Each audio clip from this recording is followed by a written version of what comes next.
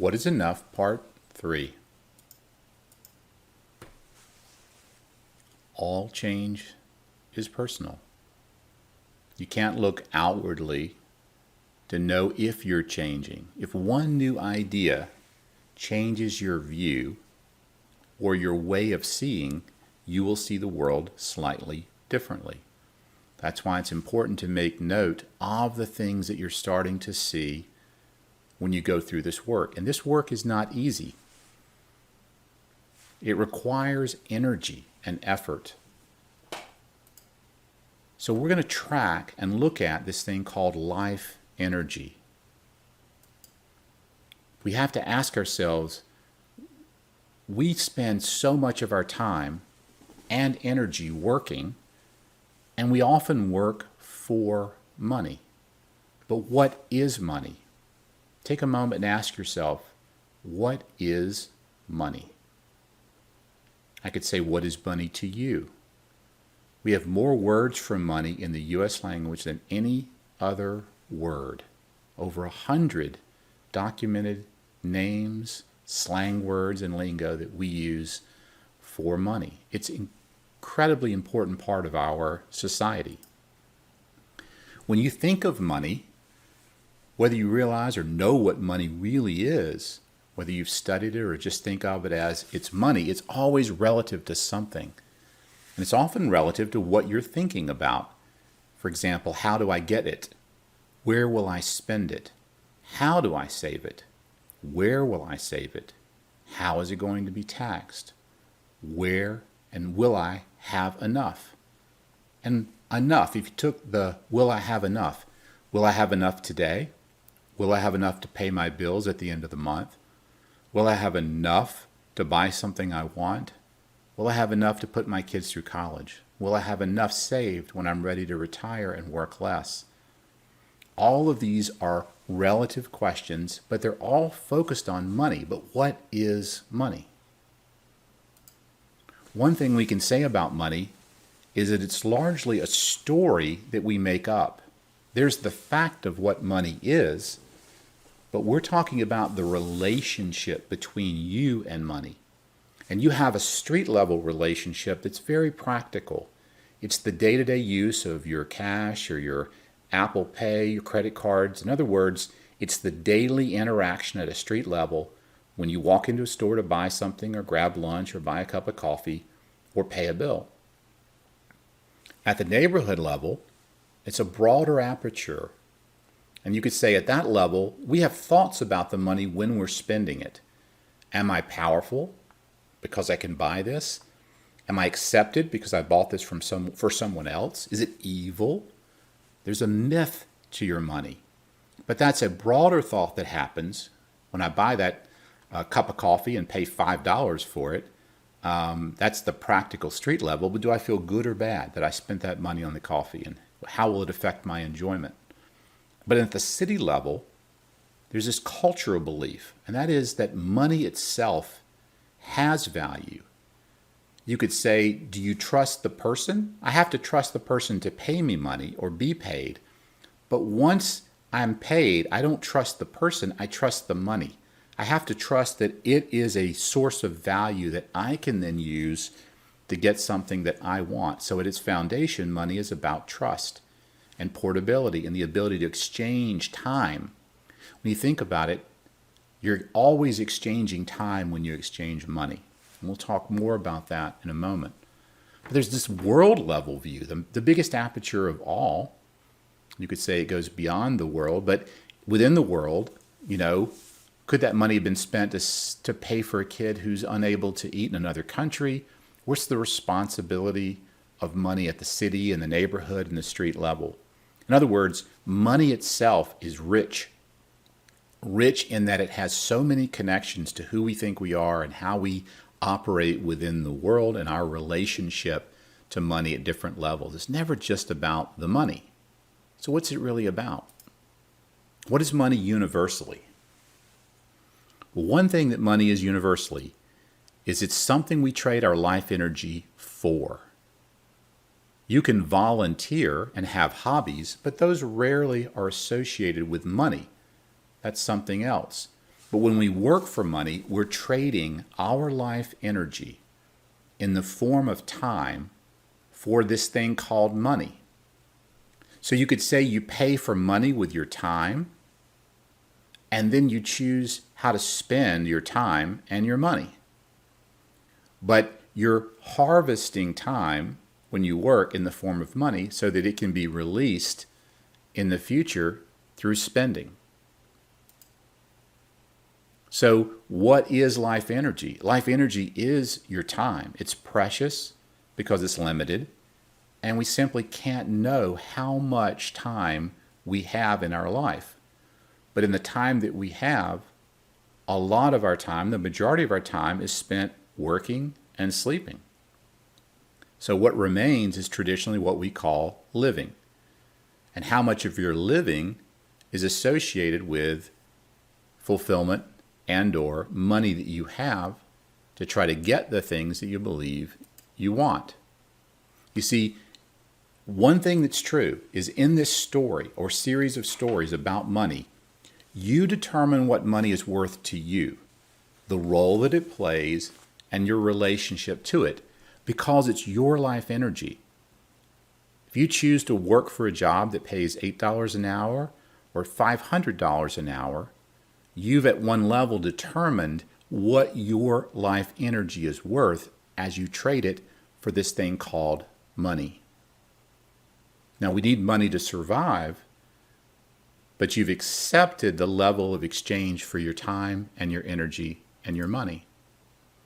So what is financial independence? Is it freedom from money? Freedom from the relationship to money? It's typically, at one level, this definition of being rich. But that's a mirage, because financial independence is always relative to something. It's always comparing to something else. And John Stuart Mill said, men do not desire to be rich, only to be richer than other men. Meaning that what? Wealth is relative. You can feel wealthy or rich and see someone with more money and feel poor. So we know it's relative at a certain level. And as we discussed before, at what level? Is it comfort, just having what you need? Is it just survival? Or is it luxury? At what level of comparison are you operating? Financial independence is ultimately, as we would define it, the experience of having enough. Said differently, it's a fiscal bliss or financial bliss. Because when you feel internally that you are enough and you have enough today, you are in many ways financially independent. So it's a personal version, as we said, of enough. It's figuring out, how do I live at the level of enough on the fulfillment curve? It's a freedom from assumptions and guilt and resentment and envy and frustration and despair, because those are all tied up in your money story. If your parents lived a life of not enough and that's how they felt, you probably feel that in your own life. If your parents felt a level of abundance, but not enough time to be with you because they were working, you may feel that. But we all have this money story baked into us.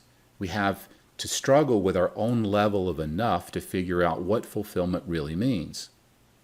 Now, one thing that we know is that if you're trading your life energy and your time for money, in our last exercise, we asked for you to track over 4 weeks how many hours you spent a week doing your work. So in this example, if you spent 40 hours at work and 5 hours commuting and an hour total, getting dressed, and 5 hours eating meals out for work, and then maybe 4 or 5 hours decompressing from work, and maybe you arranged a couple of escape entertainment exercises for yourself, and maybe you had to have a maid or someone come in to do work on something that you would normally do yourself, but you still have to manage them. You have to spend money on them, so that's time that you're not working for yourself and having to hire someone else. You do this to understand that a typical work week for most of us is far more than 40 hours a week. It could be 50 or 60 hours a week. It doesn't matter what it is for others, but for you, knowing on average what you're working a week is important because you need to know that to understand what you're working for in the context of your income. So if your income's $90,000 a year and you're working on average 50 weeks with a couple weeks of vacation that may or may not be paid, that's $1,800 a week. But if you're spending 60 hours a week on average working, then you're earning $30 an hour pre-tax. Again, this is not about judgment, but awareness. If you're aware of what the true hourly rate is for your work, what you're also aware of is that you've chosen to trade your life energy for $30 an hour right now. And that can and will change over time. But for now, it's just simply about facing the fact and knowing for yourself, what is your time worth? In other words, what is your life energy exchanged for in the current work that you're doing? You want to put this into your worksheet because knowing this is incredibly helpful. I'm going to try not to tell a lot of stories during this course, but I've had people that when asked what their hourly rate was in their work, expressed, I make $40 an hour.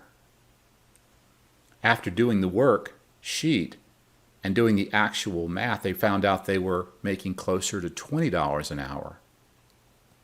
That's important because when you go to spend money and exchange time for someone else to do work for you or to buy something that you want, if you're using the wrong metric and you say to yourself, I just spent $40 at dinner eating out instead of eating at home. That's okay.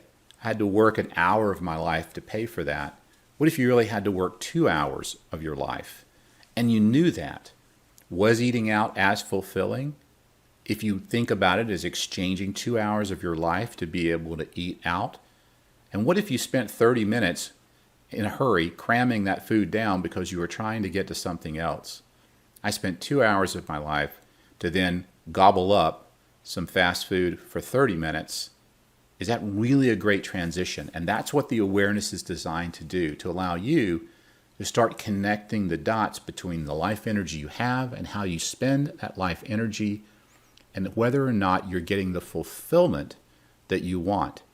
Maybe you still eat out, but you take the time to ponder and relax and breathe and enjoy the food that you're eating and enjoy the fact that you were able to work to be able to have that food and pay for that food for others. That can increase the fulfillment in the meal, and in feeling more fulfilled, there's less striving in other areas of your life. So write down and document for yourself, for you, your spouse, partner, or others, what's my name and how much am I actually making? And now I want you to put your after-tax hourly rate, and you can calculate that from the worksheet. Because you may make $30 an hour pre-tax, but by looking at the worksheet, you want to figure out your after-tax hourly rate. You can even use their calculators online, just search for after-tax earnings. Because if you make $30 an hour pre-tax, that's not what you spend. That may be $22 or $23 or $24 after tax. So if you really know I make $24 an hour after tax, that means when I give an hour of my life to an employer or self-employment or other work, that I have $24 in exchange for that, that I can then choose how I want to spend going forward. But I have to have that connection. That is my life that I traded for that opportunity to spend that money. Tracking your life energy.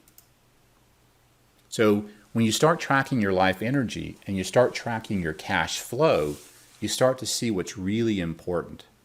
It's an old quote that says, if you aren't sure what you love, just ask yourself where you spend your time. And if most of your time is spent in one area of your life, that's what you truly love right now. And for some people that's exciting, and for other people that can be terrorizing. But when you track how you spend, you're now starting to connect the financial integrity and awareness, not in judging what you spend, but just being aware. And there's no 99% commitment here. There's a wonderful old saying, if you told your partner or spouse I'm 99% committed to you, the first thing they would ask is, okay, well, tell me about the 1%, right? I find this to be true as well. So as you're going through this, you may go through this course quickly and then spend the time doing the work over time. You may go through this slowly. But over the next couple of months, we're going to ask you to track where and how you spend your money. Again, not to budget. We're not asking you to change your behavior. We're just simply asking you to track how you spend the money and to think about it as how you're spending your life energy. Because the second I started connecting the spending of money to life energy, it was similar to when I started tracking calories and effort working out and realizing I worked out for an hour to burn 200 calories. That little candy bar that I was going to eat was 150 calories. And was I going to spend an hour of my life working out and then exchange it in a 3 to 4 minute candy bar? Maybe not. If it's fulfilling, the answer is yes. But if it's not, and I was just eating it to feel like I could, then maybe, just maybe, that behavior would change over time. So we've got a couple of tools for you. You can use the spreadsheet tracker, which is going to be available here on our site. You can get that from someone else. There are tons of wonderful tools. Go to mint.com and you can look at your prior expenses by month from your checking or savings account. There's a great website here that ranks the best budgeting software. But whatever you choose to use, again, keep track, not 99%, for the time you track, even if it's for a month and that's all you're willing to do. For 1 month, look at everything you spend and look at how you spend it and categorize it. Was it food, shelter, utilities, clothing, health, recreation? Just categorize the expenses and how much you actually spend. And we'll look at that in the context of the life energy you're putting out there. I'll give you one more example. When I first did this exercise, I was surprised that I was spending $180 a year on magazines. Part of what surprised me is I didn't realize I was spending that much on magazines, and I realized that there was tremendous frustration because, one, I was not only spending that money once to buy the magazines, when I bought that magazines for $180, I was spending time feeling like I needed to read them, and I really wasn't enjoying the magazines. I just bought them and then thought because I bought them, well, I've got to read them. But until I could read them, I had to store them, and they were stacking up on coffee tables and books, in different places. And then I had to dispose of them. So I had to either recycle them or I had to go, take them to the trash when they would pile up. So in this process of creating awareness, I realized I was spending money multiple times. One, a lot more than I thought to buy them. Two, read, store, and dispose. And because of that, I was able to make a choice. This isn't fulfilling to me. And by ending that expense, canceling my magazine subscriptions, I saved $108 a year. In reality, I saved more than that because I had to make $250 a year in my job to have $180 after tax to buy those magazines. And now I didn't have the clutter. I didn't have to store the magazines. I didn't have to throw them away. And I didn't miss them at all. That's what we're working towards here when we say money awareness. I cannot tell you what to spend or not spend. No one can. Only you know what is fulfilling to you. And I love a great cup of coffee in the morning, and it's fulfilling to me. I have no trouble spending up for that. But I found there were so many other things that were just rote pattern behaviors that were fueled by other people that I thought were investing in something that I should be investing in or spending money on things I should be spending on. So for your homework before the next course, again, always review your answers and keep the notes that are working for you. And what I'd like for you to do is track your expenses over 30 days. Don't spend differently because you're tracking if you can. Just spend the way you normally spend, but keep track of them. If you want to, go back over the last couple of months with the tool that you have, a Mint or other tool, and just print out your bank statements and go through and look at each expense and see where did it go and what was it for. If you put all your money on a credit card and pay that off monthly, then use the credit card bill. But the key here is we're going to create awareness and show you how to track how your money is being spent. So put your insights and review your notes, pull those together. And in part 4, you can expect to talk a little bit more about what it means to convert money spent into life energy and back. And we're going to give you 3 questions that could very well change your relationship with money and therefore your life. And we're going to talk about how you make that progress visible.